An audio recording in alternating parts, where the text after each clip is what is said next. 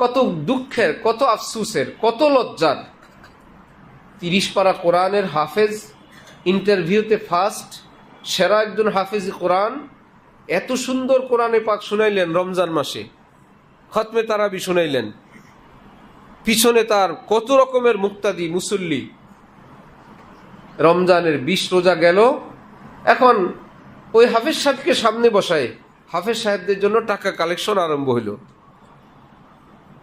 যে ভাই তারাবির টাকা দেন, সবাই তারাবির টাকা দিবেন, হাফেজ সাহেবরা আমাদেরকে তারাবি পড়াইছে, ওনাদেরকে টাকা দিতে হবে। এটা নিয়ে কথাবার্তা চলছে, এটা নিয়ে চাওয়া হচ্ছে। তারপর ইমাম সাহেবদেরকে রমজান উপলক্ষে কিছু দেওয়া লাগবে, মুয়াজ্জিন সাহেব, খাদেম সাহেব আছে। এই যে একটা কালচার, এই সমাজ ব্যবস্থার এই কালচার আমাদেরকে আরো ক্ষতি করছে, আরো ধ্বংস করছে।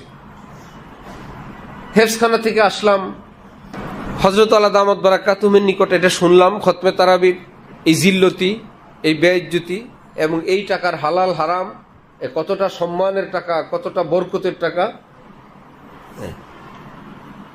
যে মসজিদে খতমে তারাবি পড়ানো হইতো সেই মসজিদে গিয়ে এলান করা হলো যে কোনো টাকা পয়সা আমার জন্য উঠাবেন না, মগবাজারে। পেয়ারাবাগ বড় মসজিদ, বলি কি এইটুকুন পিচ্ছি মানুষ, কোনো টাকা উঠাবেন না, আমি এই ফি সাবিলিল্লাহ আল্লাহর জন্য আপনাদেরকে নামাজ পড়াবো। ফতোয়া তো দেওয়া যাবে না, কারণ অতীতের হিস্টোরি অনেক লম্বা, আর এত মোকাবেলা কে করবে।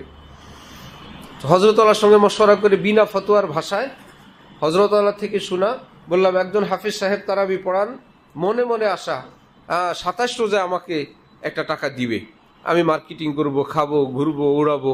আরেকজন হাফেজ সাহেব তারাবি পড়ান, আমার কোনো 27 নাই, আমার আজকে যেমন 27ও তেমন, আমি শুধু আল্লাহর জন্য পড়াই। দুইজন ইমামের নিয়ত এবং মনের অবস্থা কি একরকম? আপনারা কোন ইমামের পেছনে নামাজ পড়তে চান? 27-এর অপেক্ষায় থাকে না বিনা অপেক্ষায় থাকে? তারপরেও তারা স্থানীয় কমিশনার, হলি ফ্যামিলির কোন কমিটির লোক, অনেক গণ্যমান্য, মগবাজার এলাকা ইত্যাদি ইত্যাদি। এবং এটা কোনো সম্মানের হইল হাফেজ সাহেবদের সামনে ওনাদেরকে টাকা উঠান। পরের দিন বলল প্রতিদিন আবার ঢালকানগর আসি, পরের দিন এরা ঠিকঠাক করলো, ঠিক আছে আমরা এমনিতেই উঠাবো। বললাম এমনিতেই উঠাতে পারবেন, এক শর্তেই, প্রথম টাকা উঠবে সভাপতি সাহেবের জন্য, দ্বিতীয়টা সেক্রেটারির জন্য, তৃতীয়টা হাফেজ সাহেবদের জন্য। যে ভাই সভাপতি সারা বছর মসজিদের খেদমত করেন, ওনার জন্য আপনারা সবাই যে যা দিবেন দেন, এটা প্রথম রুমাল। দ্বিতীয় রুমাল এটা সেক্রেটারির, ওনার জন্য আমরা, উনি তো কোনো টাকা পয়সার জন্য খেদমত করেন না, আল্লাহর জন্য করেন, আমরা আমাদের মহল্লাবাসীর পক্ষ থেকে রমজান উপলক্ষে সেক্রেটারির দ্বিতীয় রুমাল, তৃতীয়টা হাফেজ সাহেবের জন্য। এইটা বললে তো বেচারারা এইবার মাথায় আসছে যে তো আমার নামে টাকা উঠলে তো এর চাইতে আবার মৃত্যু ভালো। ও ইজ্জত শুধু তোমার আছে, আলেমে দ্বীনের নাই? সামনে বসা এরকম বেইজ্জত করো, জলিল করো, কয় টাকা দাও? টাকা কয়টা দেয়? বেইজ্জত করে দিন কি দিন মানুষের সামনে। যে মানুষকে এরকম মেন্টালি মানসিক টর্চার করা হয়, সে বড় হবে কিভাবে?